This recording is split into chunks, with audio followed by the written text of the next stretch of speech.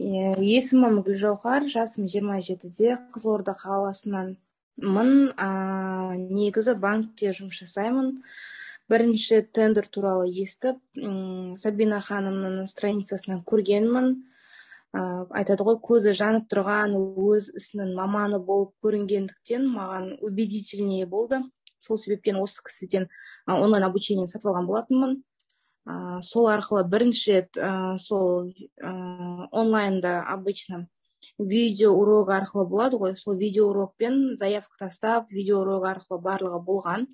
6 тендерге, осы кезде 6 тендерге заявка жібергенмін. 6 тендердің біреуі уже ұтып тұр. Тем более ол Қызылорда қаласынан, мен только Қызылорда қаласын ғана таңдағанмын. Бірінші бастапқы уақытқа соны көрейін, өз қаламнан, чтобы өзіме оңайырақ болсын деп. Вот, 6 тендерден уже біреу ұтып тұр. Керемет, керемет. Ал енді өзіңіздің сезіміңізбен бөліссеңіз қалай?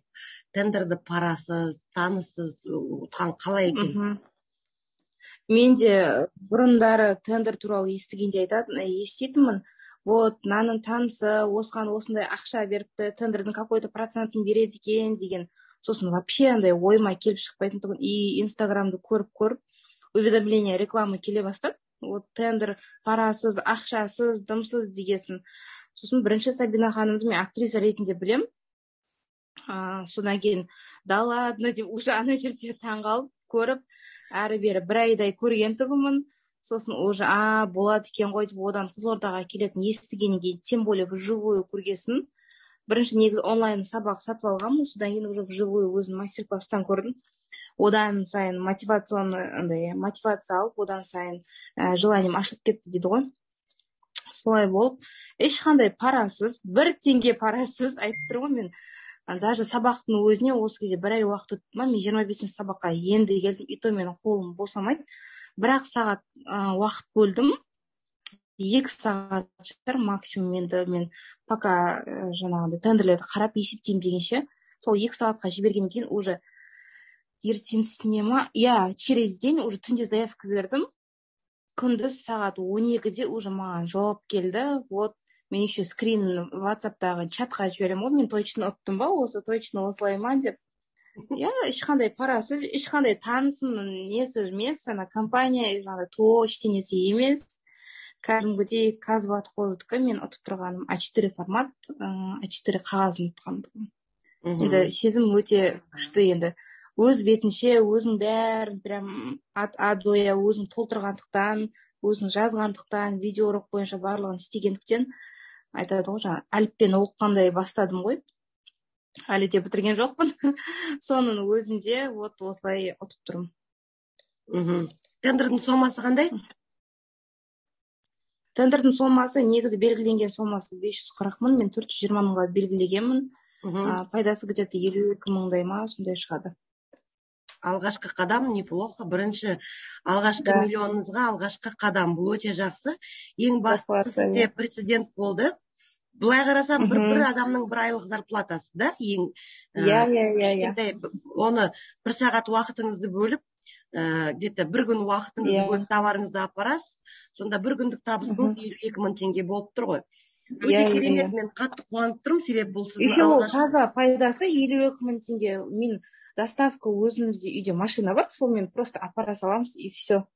Ол жерде ешқандай минус жоқ менде ше, просто. Ең қатты қуанатыным. Былайша айтқанда просто так 52 мың теңге тұттырық. Ол жерден сіздер налогты алып тастадыңыз ба?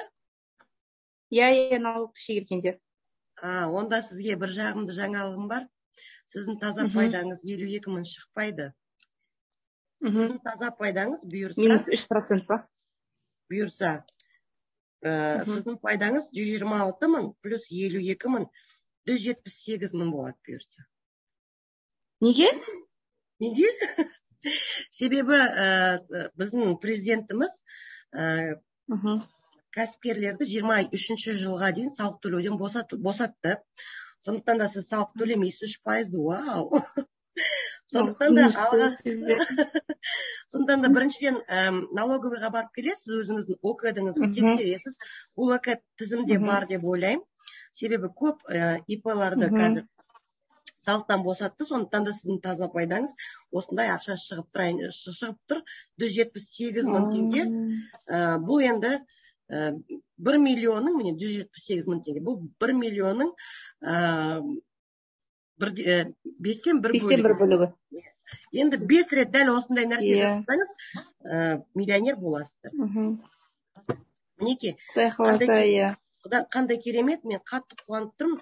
Біздің қарапайым қазақтарымыз осындай тендерге қатысып, қаржылық сауаттылығын ашып, тендерге қатысып, және де парасыз, таныссыз, көкесіз, қаншама біздің айналамызда қаншама адам айтады, ой, тендерді ұту мүмкін емес, тендер пара беруің керексің, болмаса танысың болуың керек деген сияқты. Бірақ сағатын ғана арнап, бір күндік тазап, бір күндік сіздің пайдаңыз 178 мың теңге болып тұр сонда. Бір күн. Егер де күнделікті осындай пайда тауып мен бір айлық банкте жұмыс жасайтын. Сіз бір ай жасайсыз, бір айлық жұмысым. Вот, бір айлық табысыңызды бір-ақ күнде табасыз. Егер де 30 күнге осыны көбейтетін болсақ, 5 миллион 340 мың теңге таба алады екенсіз осындай нәрсемен. Осындай қадам жасап отырсаңыз. Енді тек қана әрекетке берекет. Тек қана әрекет жасау керек. Осымен тоқтамау керек. Ең бастысы сіздің көзіңіз жетті. Тендерді парасыз, таныссыз, тек заң аясында ұтуға болатыныңызға. Сонымен қатар енді группаңыз жайлы не дейсіз? Сіз группада кураторларыңыз бар, 10 адам отырсыздар қазір. Кураторлар даже айтады ғой, нешеге дейін, 9-ға дейін ба, 8-ге дейін ғана жауап беру керек дейді. Мен наоборот, сол 8-9-да подключаюсь уже. Сол уақыттарда ғана бір қарап шығамын, тендерлер бар ма, Қызылорда қаласынан именно деп.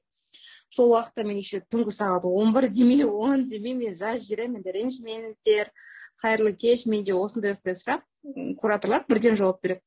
Мен сол жеріне ризамын. Бүгін де мысалға айтып жатыр, мен подписание жасауды көрсетсеңіздер, мен звондасам десем, сразу болды, кешке сіз босаған уақытыңызды айтыңыз, біз сізге видеозвонокпен звондаймыз деп.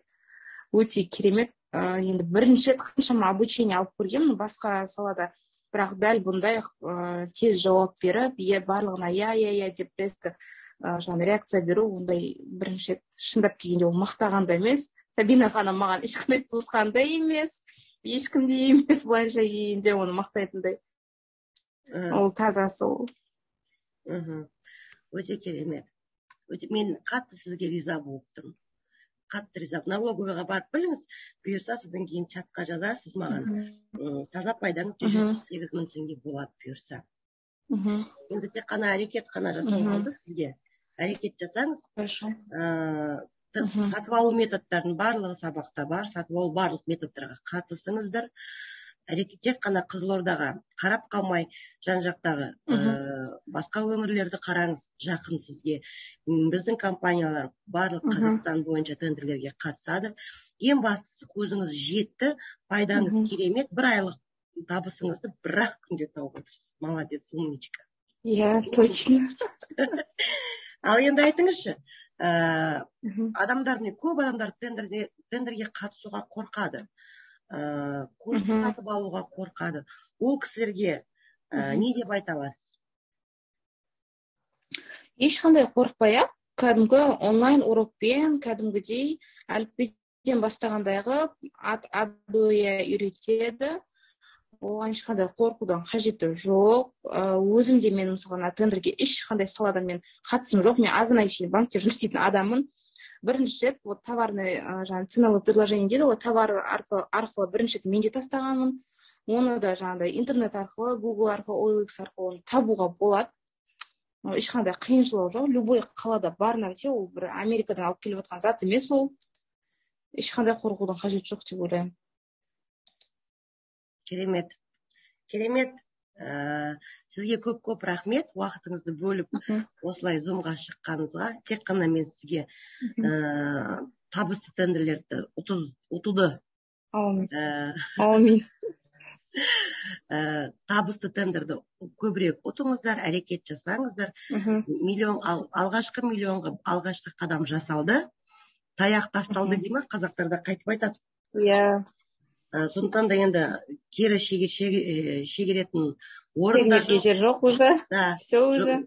все уже тендерщик болдыңыз, мен сізді құттықтаймын. Әрекетке берекет, жақсы жаңалықпен чатта бөлісіңіз, мен де чатта отырам, арасында тендер ұттым дегенде ракеталарды жіберіп тұрамын сіздерге. Хорошо. Жақсы. Жақсы, рахмет көп. Сау болыңыз.